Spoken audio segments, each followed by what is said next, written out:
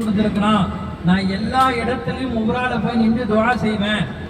நான் உம்ரா செய்வதனால் எனக்கு ஒரு அல்லாஹு தாலா பெரிய சக்தியை உண்டாக்குவான்ற இந்த நியத்து வரணும்.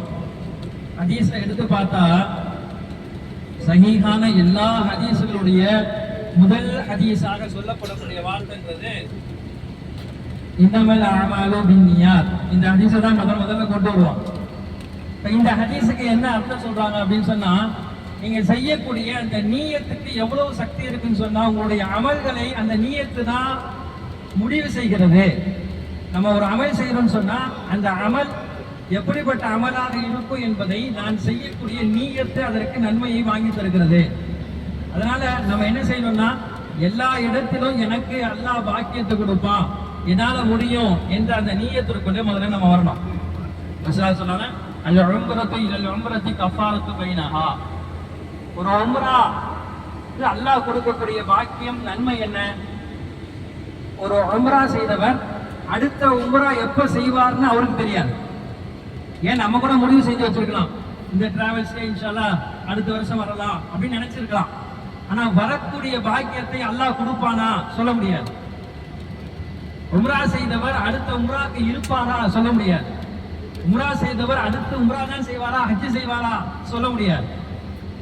அப்போ நபி ஸல்லல்லாஹு அலைஹி வஸல்லம் உம்ராவுடைய ஹதீஸை எப்படி எடுத்து கொடுக்கறாங்கன்னா, உங்க உம்ரா என்ன உங்களுக்கு கொடுக்கும், நீங்க அடுத்த உம்ரா செய்யற வரையும் நீங்கள் செய்யக்கூடிய பாவத்திற்கு மன்னிப்பை கொடுக்கும். அப்போ ஒரு உம்ராவுக்கும் இன்னொரு உம்ராவுக்கும் செய்யக்கூடிய அந்த நேரங்கள் அந்த பாவங்களை எல்லாம் மன்னிக்கப்படுகிறது. ரசூலுல்லாஹி ஸல்லல்லாஹு அலைஹி வஸல்லம் உம்ரால இவ்வளவு நன்மை வச்சிருக்காங்க. அல் உம்ரத்து இலல் உம்ரத்தி கஃபாரத்துன் பைனஹா. அப்ப நம்ம செய்யக்கூடிய இந்த உம்ரா என்பது சாதாரண வாக்கியம் அல்ல, நம்முடைய வாழ்க்கையில் செய்யக்கூடிய அத்தனை பாவங்களையும் மன்னிக்கக்கூடிய உம்ராவாக இருக்குது. இது முதல் விஷயம். இந்த உம்ரால இன்னொன்னு சொல்லுவாங்க, என்னன்னு சொன்னா, உம்ராவுக்கு நியத் செய்யும் பொழுதே நம்ம செய்யக்கூடிய நியத்துல எல்லா ஹதீஸ்களிலும் ரெண்டு விஷயம் வரும். யார் உம்ராவுக்கு தயாராகி நியத் செஞ்சுட்டாரோ அவருக்கு அல்லாஹ் கொடுக்கக்கூடிய ரெண்டு பாக்கியம். ஒண்ணு, அவர் ஏதாவது அல்லாஹ்ட்ட கேட்டாருன்னு சொன்னா அஜாவஹா, உடனே அல்லாஹ் அதற்கு பதிலளிக்கிறான். இப்ப பதிலளிக்கிறான்னா அப்ப நம்ம கேட்கிற துவா தான் உம்ரால கபலியத்தா அப்படின்னா கண்டிப்பா எல்லா துவாவையும் அல்லாஹ் கபூலாக்குறான். நம்ம சில பேர் நினைச்சிருப்போம் என்னன்னா, ரொம்ப வருஷமா உம்ரா செஞ்சிருப்போம், காபத்துல்லாவை தொட்டிருப்போம், ஹஜ்ருல் அஸ்வத்தை தொட்டிருக்கலாம், அந்த இடத்துல போய் துவா செஞ்சிருக்கலாம்.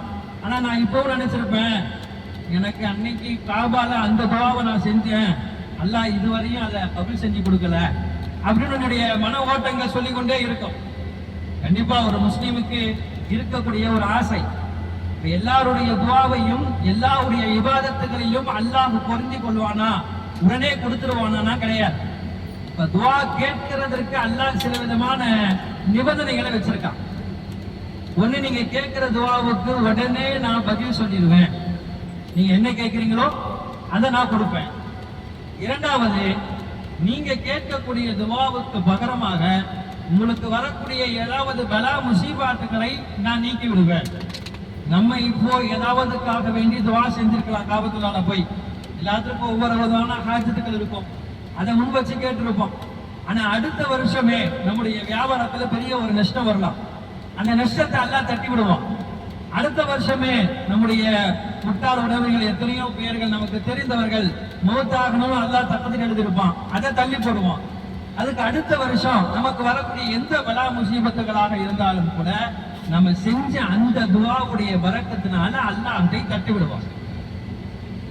துவாக்களில் முதல் விஷயம் கேட்டதை அல்லாஹ் கொடுப்பார். இதற்காக இங்க துவாவை மட்டும் பத்தி சொல்றேன்னு சொன்னா, நிறைய துவா கேட்கிறோம், கடைசியில உம்ராக்கு போயிட்டு வரும் பொழுது அந்த துவாவுடைய மன ஓட்டத்திலே இருக்கிறோம், நான் உம்ரா செஞ்சேன் துவா அல்லாஹ் ஏத்துக்கல என்ற நினைப்பு இருக்கக்கூடாது. அதுக்காண்டி சொல்றேன், முதல்ல நாம செய்யக்கூடிய துவாவுக்கு அல்லாஹ் பதில் கொடுப்பான். இரண்டாவது, அந்த துவாவுக்கு பகரமாக ஏதாவது ஒரு பலா முசீபாத்துகளை அல்லாஹ் நம்மிடம் இருந்து எடுப்பான். மூன்றாவது, ஒன்னு கேட்டதை கொடுப்பான், இல்லனா பதிலுக்கு ஏதாச்சும் கொடுப்பான். ஹதீஸ்ல வருது, இத ரெண்டையும் அல்லாஹ் கொடுக்கலையா அப்பயும் நீங்க கவலைப்படாதீங்க, நாளைக்கு மறுமையில அல்லாஹ் இப்படி கேட்பானா, யாருடைய துவாவுக்கு நான் பதிலளிக்கவில்லை, யாரு கேட்டு நான் கொடுக்கலன்னு அல்லாஹ் கேட்பான். அப்போ இது துவா மறுக்கப்பட்டவர்களாம் எழுந்து சொல்வார்களாம், யா அல்லாஹ் நான் இந்த துவாவுக்கெல்லாம் கேட்டேன், எனக்கு பதில் கொடுக்கவில்லை. அப்போ அல்லாஹ் அந்த துவாவுக்கு பதிலாக கொடுப்பான். எப்படி கொடுப்பான்? ஹதீசுகள் வருகிறது. அவர் சொல்லுவாராம், மற்றவர் அதை பார்த்த இன்னொருவர் சொல்லுவாராம், கபுல் யாருக்கு துவா கபுல் ஆயிருச்சோ அவங்கெல்லாம் பார்த்து சொல்லுவாங்களாம், யா அல்லாஹ் உலகத்துல ஏன் துவாவும் மறுக்கப்பட்டிருந்தா நல்லா இருக்குமே அப்படின்னு சொல்லும் அளவுக்கு துவா மறுக்கப்பட்டவனுக்கு அல்லாஹ் கொடுப்பான். அல்லாஹ் கொடுக்கிறான்னா எப்படி கொடுப்பான்? நம்ம துவா நம்மளது நம்ம நினைக்கிற பெரிய பெரிய விஷயம் மட்டுமல்ல துவா வரல. நம்சா சொன்னாங்க, உங்க செருப்புல ஒரு வார் அருந்தாலும் அல்லாஹ்வுடைய ஞாபகம் வரட்டும், நீங்கள் கேளுங்கள், அதையும் அல்லாஹ் சரி செய்து கொடுப்பான். செருப்பு அருந்தால் நீங்கள் அல்லாஹ்வை நினைவு கூறுங்கள் நபி ஸல்லல்லாஹு அலைஹி வஸல்லம் சொல்றாங்க. நான் இப்ப யோசிக்கணும், நம்ம எந்த அளவுல துவா அல்லாஹ்விடத்திலே கேட்கிறோம். ஏன்னா துவா கபூலாகக்கூடிய இடத்தை நம்ம பார்க்கணும். முல்தசிம் பார்க்கிறோம், ஹஜ்ருல் அஸ்வத் பார்க்கிறோம். இதெல்லாம் வந்து முக்கியமான ரொம்ப மகத்துவமான இடங்கள். இங்க கேட்டவனுக்கு இல்லை என்ற வார்த்தைக்கு இல்லை என்ற பொருள் கிடையாது என்று சொல்றாங்க. அதை கேட்டுட்டாரே அப்படின்னா அவருக்கு இல்லைன்னு சொல்றதுக்கு அல்லாஹ் வெட்கப்படுகிறான். அவ்வளவு பாக்கியமான புனிதமான இடத்திற்கு வந்து நம்ம அதிகமாக போறோம், தஸ்பீஹாத்துகள் செய்யறோம், குர்ஆன் ஓதுறோம், தவாப் செய்யறோம். இதெல்லாம் விட அதிகமாக நம்ம துஆ செய்யறோம். துஆ செய்ய வேண்டும். நம்முடைய பெற்றோர்களுக்கும் சரி, நம்முடைய உறவினருக்கும் சரி, எத்தனையோ பேர்கள் நம்மள்ட்ட உம்ராக்கு போறீங்களா துஆ செய்யுங்கன்னு முதல்ல சொல்லுவாங்க. முதல் வார்த்தை அதுதான், நீங்க எனக்காண்டி துஆ செய்யுங்க, உங்களுக்காண்டி நான் துஆ செய்யறேன். அப்ப அவங்க சொன்ன வார்த்தைக்கு நம்ம எவ்வளவு மதிப்பு கொடுத்துருக்கோம். நம்ம பேர் தெரியலாம், வேற பேர் தெரியாமல் இருக்கலாம், ஒரு துவாவை அங்க செஞ்சிடணும். அல்லாஹ் யாரையெல்லாம் சொல்லி விட்டாங்களோ, யாரெல்லாம் சொல்லி விடலையோ அத்தனை பேருக்கும் இந்த இடத்தில் ஒரு இடத்திலே கையேந்துகிறேன் என்று சொல்லிவிட வேண்டும். ஏன்னா அவங்க நம்மகிட்ட கேட்கிற ஒரே ஒரு வார்த்தை இதுதான், அந்த இடத்துக்கு போறீங்களே துவா செய்யுங்க. அந்த இடத்துடைய மதிப்பு மரியாதையும் என்னன்றதுக்கு ஒரு சின்ன ஹதீஸ் சொன்னா போதும். உமர் ரலியல்லாஹு அன்ஹு காபாக்கு போறாங்க, உம்ராவுக்கு போறாங்க.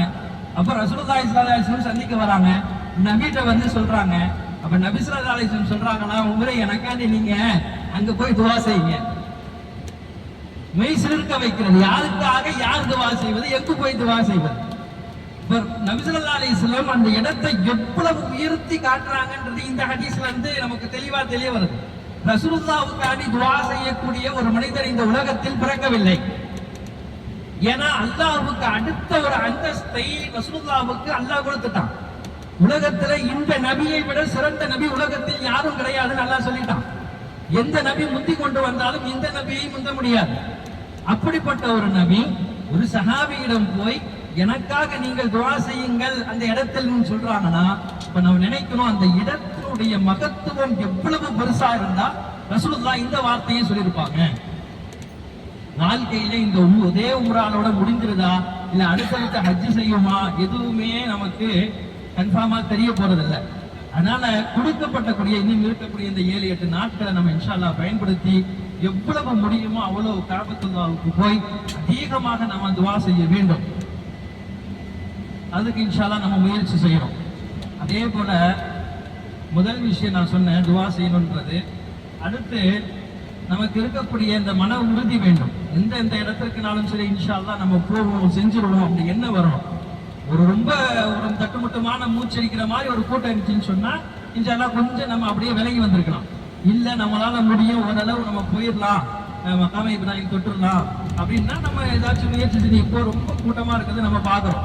அந்த மாதிரி நேரத்துல பிஸ்மில்லாஹி அல்லாஹு அக்பர் அஜ்ரஸத்தை சொல்லிட்டு விலக முடிஞ்சா விலகிடலாம். துஆ செய்யணும், துஆ செய்யலாம். அல்லாஹ் எதையுமே வந்து வலுக்கட்டாயமாக அமல் செய்ய வேண்டும் என்பது அல்லாஹ்வுடைய விருப்பம் அல்ல. அல்லாஹ் இதுவெல்லாம் நமக்கு ஒரு ஆர்வத்திற்காக ஏற்படுத்திய இடங்கள்.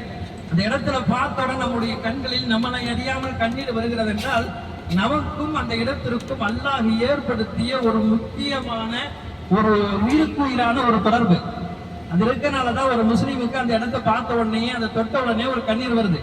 அதற்கு காரணமே அவர் முஸ்லீம்ன்றதுக்கு அடையாளம். அப்படி இல்லாதவர்களுக்கு அது வராது.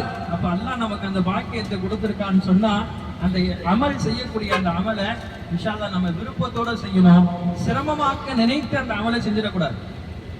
மனிதனுடைய இயல்பே அதுதான். ரசூலுல்லாஹி ஸல்லல்லாஹு அலைஹி வஸல்லம் எந்த அளவுக்கு சொல்றாங்க, உங்களுடைய உடலில் ஓடக்கூடிய ரத்த நாணங்களில் எல்லாம் ஷைத்தான் ஓடிக்கொண்டிருக்கிறார். இப்ப ஷைத்தான் எப்பவுமே நம்மளுடைய விவாதத்துல ஆர்வத்தை காட்ட விட மாட்டான். எத்தனை வாட்டி தான் போறது, அவ்வளவு தூரம் நடந்து போகணுமா, இப்போ இங்க தொண்டுக்கலாமே, அடுத்து பார்த்துருக்கலாமே, அப்படின்னு ஷைத்தான் வந்து அமல்களை குறைக்க பார்ப்பான்.